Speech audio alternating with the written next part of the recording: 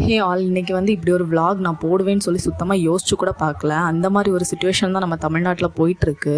ஒரு 10 வயசு சின்ன குழந்தைய வந்து செக்ஷுவல் ஹராஸ்மெண்ட் மூலயமா அந்த பொண்ணு இறந்தே போயிடுச்சு. அந்த பொண்ணுக்கு செக்ஷுவல் அப்யூஸ்னால் என்ன அப்படிங்கிறது கூட தெரியாது. ஆனால் அந்த மாதிரி ஒரு விஷயத்தினால அந்த குழந்தை அஃபெக்ட் பண்ணியிருக்குன்னு நினைக்கும்போது நம்ம மொத்த தமிழ்நாடுமே வெட்கப்படணும்னு தான் சொல்லுவேன். ஏன்னா இவ்வளோ பீப்புள்ஸ் இருந்தும் நல்லவங்களோ கெட்டவங்களோ எல்லாருமே நம்ம சொசைட்டியில் தான் இருக்கோம். எல்லாருமே ஹியூமன் பீயிங்ஸாக நடந்துக்கோங்க, அனிமல்ஸாக நடந்துக்காதீங்க.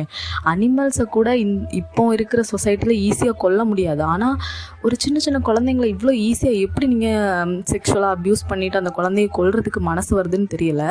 எல்லாருமே செல்ஃப் அவேர்னஸோடு இருங்க. செல்ஃப் ஹாப்பினஸ்க்காக இன்னொருத்தங்களை வந்து கொல்றது, கஷ்டப்படுத்துறதுங்கிறது வந்து ஒரு டிஸ்காஸ்டிங்காக. எவ்வளோ தூரம் முடியுமோ அவ்வளோ தூரம் லா அண்ட் ஆர்டரை ஸ்ட்ராங் பண்ணுங்கள். சட்டம் தன் கடமையை செய்யும் அப்படின்னு சொன்னால் மட்டும் பத்தாது. சட்டம் வந்து மாறணும். சட்டங்கள் வந்து எந்த அளவுக்கு கடுமையாக மாறுதோ அந்த அளவுக்கு எல்லா மனுஷங்களும் பயப்படுவாங்க. தப்பு பண்ணுறணும்னு நினச்சாலே அவங்களுக்கு பயம் வரணும். அந்த மாதிரி ஒரு சொசைட்டியாக இது மாறணும். இது வந்து not only government, it's our responsibility. இது எல்லாத்துக்குமே நாம் தான் பொறுப்பேற்றுக்கணும். ஸோ எல்லாருமே செல்ஃப் அவேர்னஸோடு இருங்க. ஒரு தப்பு பண்ணுறதுக்கு முன்னாடி யோசிங்க. அதுவும் நம்மளுக்கு சின்னதாக அடிப்பட்டாலே அவ்வளோ வலி இருக்கும்போது ஒருத்தங்களை கொல்லும்போது அவங்களுக்கு எவ்வளோ கஷ்டமாக இருக்கும் அப்படிங்கிறத யோசித்து எல்லோரும் பண்ணணும். முடிஞ்ச அளவு இந்த வீடியோவை ஷேர் பண்ணுங்கள். எல்லோரும் செல்ஃப் அவேர்னஸோடு இருங்க.